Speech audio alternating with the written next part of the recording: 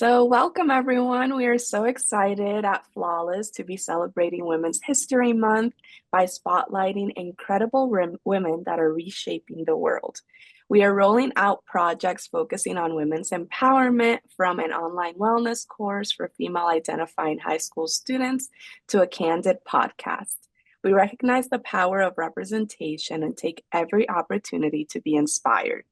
Today, we are thrilled to be joined by B. Monèt, a powerhouse writer and director known for her bold, thought provoking storytelling centered on identity, race, and culture. We were first blown away by her work at the Justice Film Festival, where we had the privilege of seeing Black Girls, the documentary she directed, followed by an insightful panel discussion. A Spelman and NYU alum, B. Monèt has earned an impressive list of accolades, including Sundance Horizon Award. She is a visionary force shaping the future of film, one powerful story at a time. Thank you so much for joining us today.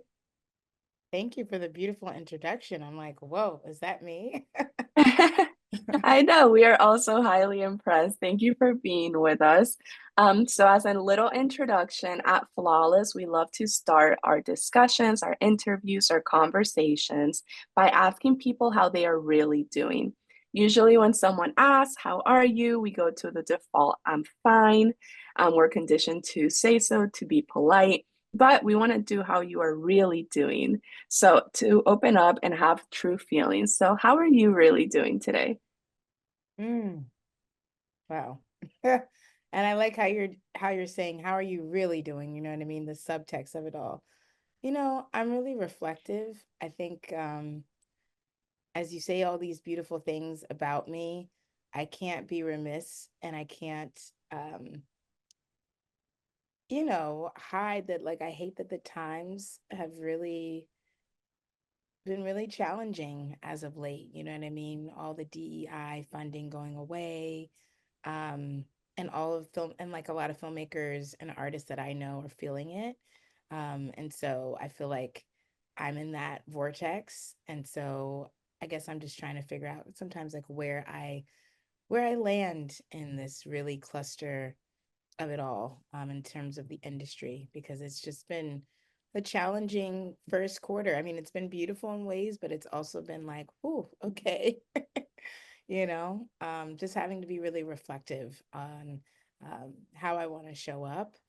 So I really appreciate you holding space for me in that way and being in community with you all.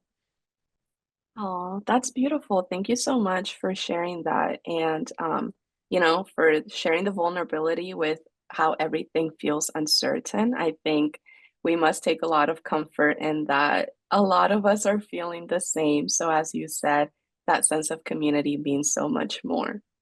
Yes, it means everything. So, like I said, thank you so much. Of course. Um, if you want to take the opportunity to reciprocate how are you really, you can do that to me if you would like. Yeah, how are you doing? Like, really? Thank you for asking. I am excited to have this interview. I have been looking forward to it. I um just feel like very honored to be holding like again this space. On the day to day, definitely struggling a little to keep balanced and to manage a lot of big transitions that I will be taking on in the near future. So definitely also trying to like find balance, and I will be inspired by you and also say feeling reflective. So that's a great way to put it all. Well, I have full faith that all of the responsibilities that you have, you'll be able to handle them. But you also have to, you know, rest and regroup and recalibrate, like work hard. My model is work extremely hard, play extremely hard. So whatever play looks like for you, I hope that you will incorporate that too, especially, women of color, we have to not just do the working part, but also take care of ourselves. So I hope that you'll find a way to do that. So Thank you. I appreciate that. I feel like many people think that goes unsaid, but it's very validating to hear it and to be reminded that that's such an incredible part. Yeah, it's huge. It's crucial. You're nothing without your health, you know. Health is wealth. Absolutely. Yeah. I will transition on to some of the questions we have about your work. We admire that it is deeply rooted in identity, race, and culture, and want to know what initially drew you to filmmaking as your medium for storytelling. Yeah, it's funny because like in high school, I was taking a lot of documentary classes and photography classes. And I think being a storyteller has been there for me for so long. Um, and I took like I said, the documentary class I took in high school. And I think when I went away to college, that's when I really was like, maybe I should pursue film. And it was interesting because my creative writing professor at the time was encouraging me. She was just like, you write like you're seeing films, like you should really consider filmmaking, you know? And so I told my parents this. They thought that I had lost my mind because they're just like, you want to be a starving artist. Like, we didn't spend all this money, send you to school for you to be a starving artist. So I kind of let their words kind of haunt me in a good way, in the sense of I allowed myself to, I don't know, just to explore what that looked like. And so I applied to film schools and I got into NYU. I also wanted to apply to USC, or SC, but my parents were like, we're only giving you money for one. And so I luckily got into NYU, which I didn't know if that would happen. And the rest is history, but it was also a challenging place. Like I was coming right out of undergrad, straight to grad school, no breaks in between. Um, and also like one of the youngest people in my class, and just having this vision of wanting to tell stories about Black women and Black people in a way that felt artful and cinematic, but also felt true to life.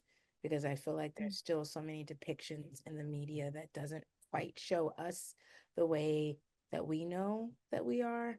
And so I think that's always kind of been my thesis statement of like, I want to forward the landscape, the storytelling around us. So I'm glad I decided to go in the realm of filmmaking and not journalism, because that's what I was thinking about doing before filmmaking, journalism or like public policy. I'm from Maryland, so a lot of people from like the Maryland DMV area would say kind of are in that world, journalism, public policy, government, education. Um, but really grateful that I decided to go down the filmmaking path. Absolutely. I think there's a special significance and power to being able to experience a story through various senses and like being able to see it and hear it. And I think that's very beautiful. So I'm glad you were able to go down that path and find it so fruitful. And also not, give up on how powerful it is to be creative and to invest in the arts, which brings me to the question, can you walk us through your creative process and what your approach to storytelling is? And as you mentioned, getting deep into those stories and personal and vulnerable. Yeah, I mean, like one of my first films that I ever did at NYU was about Sarah Bartman, who unfortunately is known as Hottentot Venus. She was paraded around Europe because of her physicality. And so for me, what did that look like? I engrossed myself in learning as much as I could about her, researching on YouTube, researching online, getting my hands on as much as I could, because again, I was going to create a film that had no sound, so I was trying to get into the psyche of Sarah. And so I created a short film, 4 minutes without sound, that was kind of like my interpretation of what she was experiencing in this almost like magical realism way. And so, yeah, I mean, there wasn't as much, I feel like, on her life as there probably is now. I did it a little while ago. And I think more people are learning more and more about, excuse me, about someone as amazing as she was. But I hate that she was treated in such a way. And so my way of like telling stories is also through this justice lens, I think. Like I always want to make sure that I'm justly doing my part and researching the person and getting to know them if I can. I think with documentary filmmaking, I try to learn my subjects, learn who they are, hang out with them almost in this like anthropology way of like almost like what you see of them is because there's been this invisible thread between us, meaning I'm trying to water our relationship. And watering the relationship looks like having a discovery call with them over Zoom or getting to know them, meeting with them, not maybe talking about whatever the film is going to be about, so that we can really feel like friends. So that by the time we do film, there's, a rapport, there's a relationship so that it doesn't feel like two strangers are with each other, especially when I might be asking them to be really vulnerable and really transparent. Because a lot of my interviews end up becoming almost like therapy sessions. And so, because of that, I think sometimes people feel very exposed because, again, I'm still someone very new in their life. And then now they've just told me all these things and it's on camera. And then it might be with 20 other people around. So, it's like me knowing that as a woman, me knowing that as a filmmaker, I just try to always create care around how I'm treating people, whether on screen or off screen, and just always really being that cheerleader, that advocate for them. Sometimes I have to be stern, too, but I'm really wanting the best from everyone around me, whether on like, in front of the camera or behind. Yeah, that's so significant. And I must say, as we shared earlier, we were like very moved by Black Girls, the documentary, and felt like we did get to see all of the different subjects and get to learn from them in a very personal and vulnerable sense. And all of that very much goes nicely with what you're sharing and like creating that space for that to be able to happen. So that is absolutely wonderful. We considered Black Girls a love letter to Black womanhood. Some of the chapters touched on like beauty, body, mind, health, and other topics were very like well-rounded and very nice to learn about and experience and see in a way like mirrored, reflected our, own lives. So could you share with us why it was important for you to explore these layers holistically in Black Yeah. Girls? Sure. I mean, Black Girls has six different chapters, right, that do talk about the different identities around Black womanhood. And I think that there's no way to speak about everything, but I think we tried our best, me and the team tried our best to depict and um, formulate these stories, I think for me, I wanted Black women to feel accepted. I think Mm. there's so much about our identity that's always on the line. There's always someone picking at us, whether it's society at large, our partners, systems. And I just wanted Black women to feel like you are seen here, that, your garden is going to be watered here, whatever it looks like, however you present, whatever your story is. And that's just kind of like my mantra in general. I went to an all women's college. So love, love, love Spelman down. And I think even there, it showed me how, yeah, we all might be Black here outside of like a few stragglers, but, um, you know, we're not the same and our stories matter. And so for me, I'm like, how do I do that? And I think these are short films that show a little piece of the puzzle of who these women are. They go through some type of adversity, but they also come out on top. And I think for me as a filmmaker, I'm not interested in showing Black trauma, but more so joy. It's not to say that we don't all go through things, but I think maybe there's also something around me being a woman and sensitivity, and I don't want to just depict negativity and just darkness. You know what I mean? I think we get that Yeah. enough from society. I don't think we also need to have that in the films that we watch. So, Yeah. I think that's definitely beautiful. I love the focusing on celebration. Like that feels very impactful and like very empowering. There's plenty of times where we focus on trauma, on the negatives, on, having to be resilient, having to persevere, but also focusing on what the product of that resilience, perseverance, commitment, hard work is also so important. And I definitely appreciated being able to see that. Um, of course. Next up, I did want to ask, was there anything surprising or affirming that you learned while making this film? there's so many things that I learned from making Black girls. Hmm.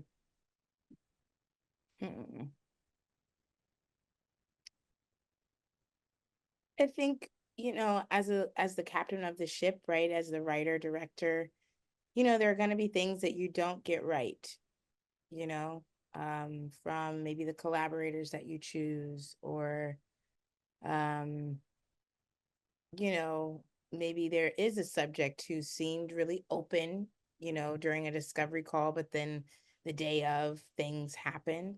So I think, I've learned how to like constantly have to pivot. And just also really to do my homework in terms of just like, if I'm going to collaborate with certain folks, maybe I need to like, get references and make sure that we're really on the same page. Um, because there's always something with production. You can plan until the cows come home, but there's always going to be something that goes wrong. And I think a good leader is able to pivot with the changes. And so, yeah, it was a really great experience for me, learning a lot. It was 3 years of my life. So, you know, I learned a ton, and I hope to bring all those things to the next film, which hopefully will be soon. So, yeah. So that's exciting to hear. And in regards to all of that, is there any you hope audiences, especially Black women, take away from Black girls?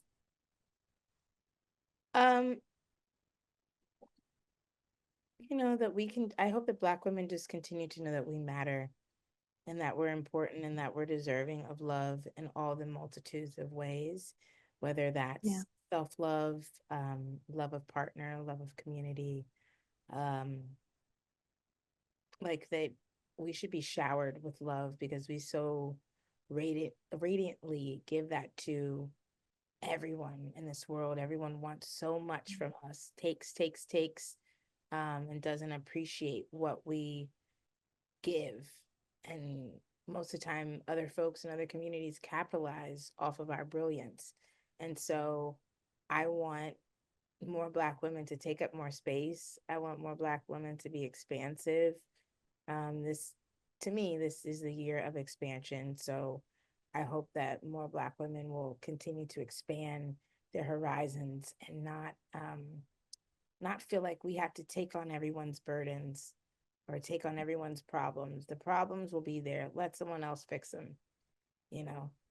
Like even if and maybe this is bad to say, but we really need to tend to our own gardens because we've been tending to everyone else's for so long. Um, and I say that because I see it in my family, and so many of us see it in our families, right? From our moms, our grandmothers, our aunties. And I just want us to rest. I just want us to be, and not feel like we always have to be on. Like, yeah, I'm so tired of us feeling like we have to do so much to get a little piece of the pie or do so Mm. much to feel like we're important. I think I just want us to know that like we're important just because, we're important and that's it. Doesn't need to be, That's it. yeah, like, yeah. So there's something in I there. love that. Absolutely. I think that is beautifully put, and as simple as that. And I guess that's like very connected to like if no one else is pouring that love into us, we'll pour it into ourselves. So Yeah, of definitely very impactful. Thank you for sharing that. course. Um, and on the same vein, do you have any role models, women in history or personal mentors who have inspired you throughout your journey, in connection to that? Like as a little girl, what did you want? What were you inspired by want to be when you grew up? Yeah, when I was a little girl, I wanted to be three things. I wanted to be a veterinarian, an architect, and a WNBA player. So from the start, your girl was very imaginative, very had a very bubbly, bright personality. And I think it's just interesting to see how that has translated into filmmaking and storytelling. So it's always been there, right? But it's just interesting how it has all come to fruition. Some women that I would say that inspire me are some of the women in my family, right? Like my grandmother, I was very close to her before she passed. Um, you know, it's still, I think death is something that is always going to be hard to process, even if you know the person is going to leave. But just the fact that, you know, like one of my first films that I made at NYU, also, she gave me a few $1,000s to make this film. And that may not sound like a lot, but if you're a filmmaker and you're struggling, like, a few $1,000s can really help you. And I say all that to say because she was one of the first people who poured into me, especially with this dream. And I just, uh, I'm sad that she can't be here to watch me in this realm. But I'm so grateful that, she's over there in the afterlife, but I appreciate all the wisdom that she gave me.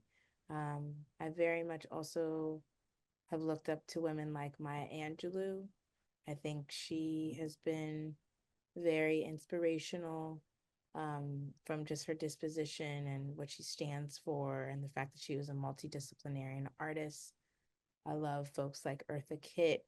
She's very spicy, very feisty, and also like assertive in a way that sometimes I don't know if Black women get to be, because it's like either we're called aggressive, or if we're too passive, you can't be too passive. So I think seeing myself in women like them have been really great. I mean, there's so many Black women. I mean, Gwendolyn Brooks, love her. Um, God, Sojourner Truth. I mean, there's a lot of women, Black women, that I'm inspired by. Frida Kahlo. I know she's not Black, but love what she has represented and how she expressed herself through art. Um, and like how her body was literally morphing and changing, but she still was doing this incredible art. Oh, love it. So, Those are definitely some great role models, and I very much relate as to how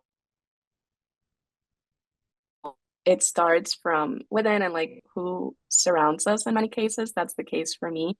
I feel like inspired by all of the powerful women in my family. It feels that I love the older I grow to think of like my maternal lineage almost as the matriarchy.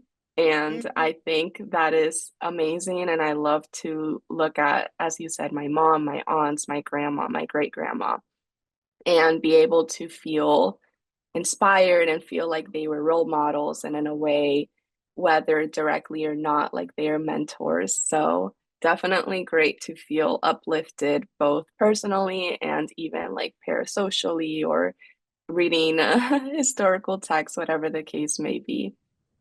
No, I mean, I think it's important to know your history as much as you can. I think that there's so much about, at least for Black Americans, it's like kind of like this piecemealing of history that we Mm. know sometimes, which is really challenging and difficult. But I think it's just kind of like, this is what we know, and let us champion and use what we do know and pay homage to the folks that we know. So I'm glad to hear that you are continuing to honor your matriarchy, and I am too. And even women that I didn't know, like I didn't know Shirley Chisholm, but I think she also was a badass, right? Like, Yeah.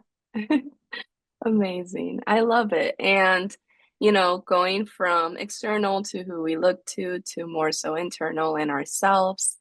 We have touched on this before a few times, but, within the creative industry, it can be so demanding and challenging. How do you take care of yourself? How do you practice self-care and maintain balance? hmm. I I would say I practice self-care by dancing, by exercising. I still need to do a vision board. But I sometimes will paint in the park now that it's getting warm, thank God. Love cooking and like using different types of spices and figuring out, ooh, what works well with this particular, dish, or how do I reinvent the wheel? How do I experiment? Um, yeah, there's so much that I love to do that involves tending to my garden, but also being around really great people. Like, just like maybe even walking on the beach line, with a good friend, catching up, and spending quality time. That's my love language. So I love to spend a really great like quality time with people who matter to me. Yeah, that's so important. Thank you for emphasizing that. Yeah. Um, and as a piece of advice to young women also navigating or living out their dreams, is there anything, any piece of advice you have for them? Um, hmm. I would say don't let anyone tell you no. Don't share your dreams with people. Um, I have learned that as much as I've been really excited about some amazing things that have happened to me, I've learned to not share these things. To almost, I'm not a mother, but I am a protector of those dreams. And Mm. so sometimes you just kind of have to go 10 toes down and work like hell to make your dreams made a reality. But that doesn't mean you need to be keeping everyone in the know about it, because sometimes friends, family, lovers, whatever, they will project their own fears onto you. So when you're trying to Mm. share something really amazing and dope that you're doing, they might be like, oh, well, you can't do that. And instead of being excited for you, you're now met with their opposition and now met with rejection. So to me, instead of being very expressive about your dreams and goals and all of that, you can kind of be vague about it, and let your work speak for itself. When things are Mm. done, put it out there. If you need feedback from something about a work that you're creating, only go to trusted people who are actually going to give you their honest critique and be transparent with you. But while you're still in infantile, you know, stage and everything, wait for the fetus to be born. You know what I mean? Don't tell everybody everything. I think it's okay to be a mystery. I think it's okay to not have a lot of people tampering with your artistic practice, and for you to be keep that private, um, between you and your God, whatever that looks like for folks. But I don't think, yeah. if you're an artist and you're just starting out, don't tell a whole bunch of people about what you're tampering with and what you're doing, but do find community, genuine community who wants to water into you. What that looks like is joining clubs, organizations with people who have the same like minded interests. Because I think sometimes a lot of friends and family who don't have the same interests as you are just going to like, I think they mean well, but maybe not. That's my unpopular opinion.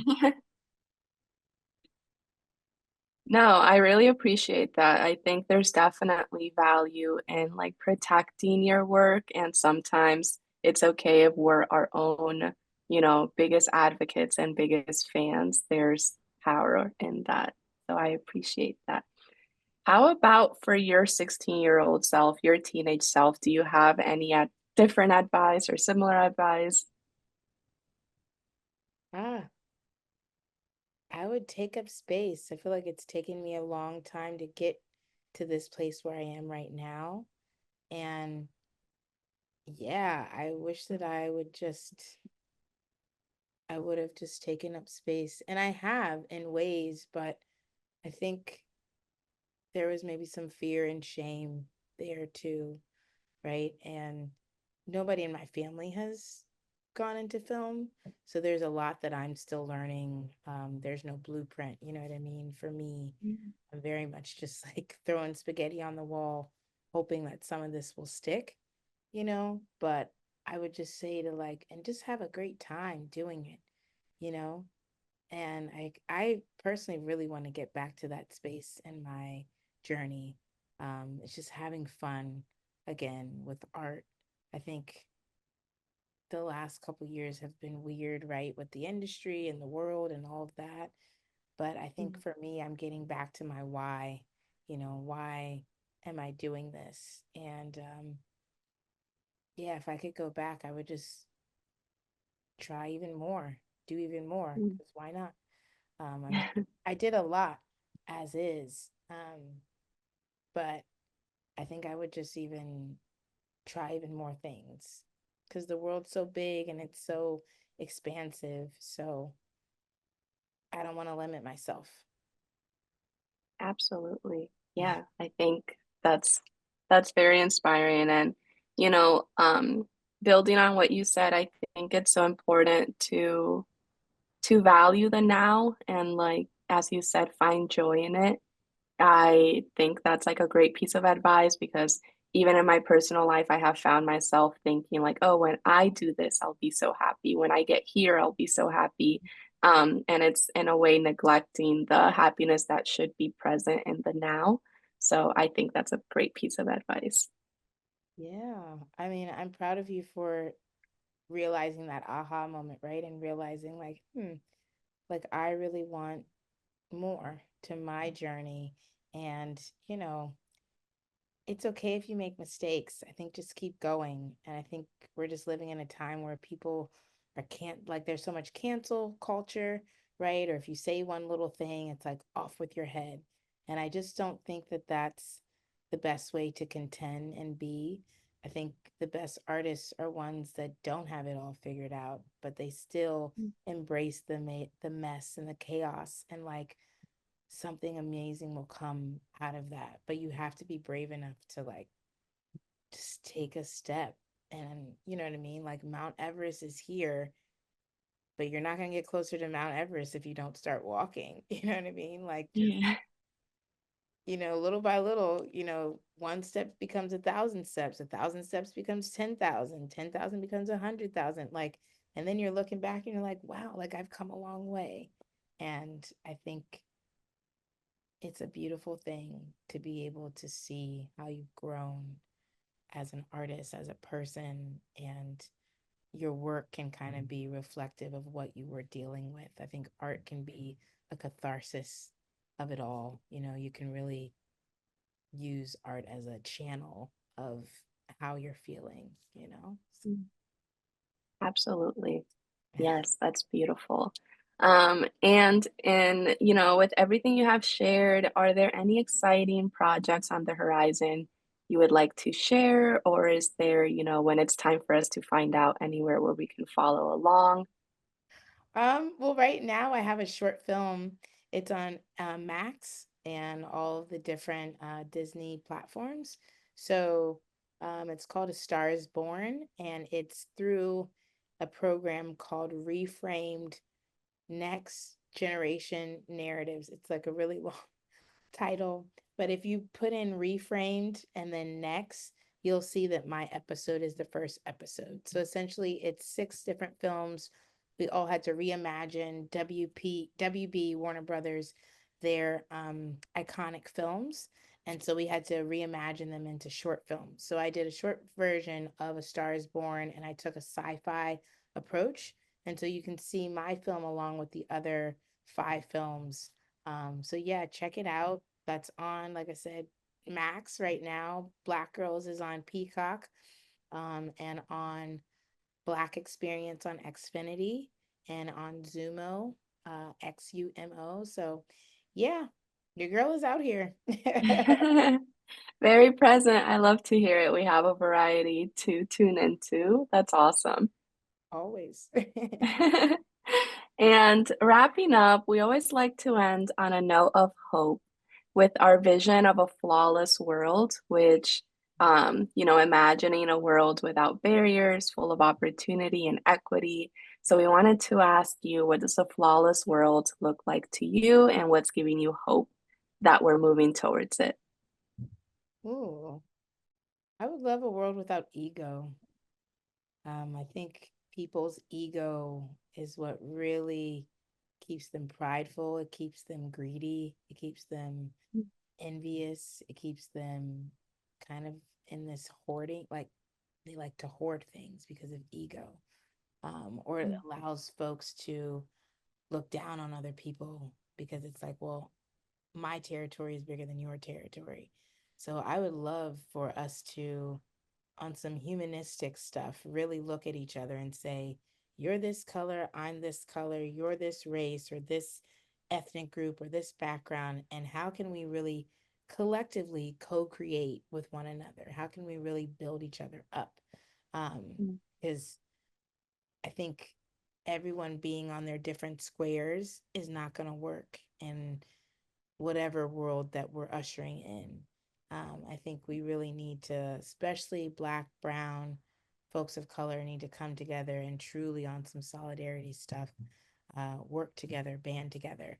So I think that's what I would love to see, you know?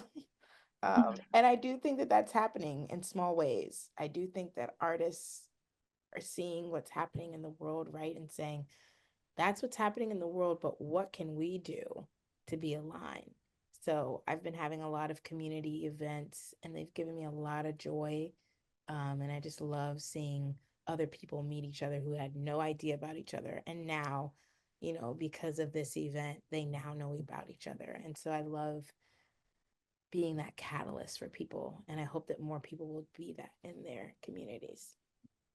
Absolutely. I think, we all benefit from that. So thank you for doing that. And also, thank you for starting such amazing conversations with your work and inspiring us to reimagine. But yeah, thank you so much for, taking the time with us, for sharing your insights, your projects, and we cannot wait to continue witnessing and supporting your journey.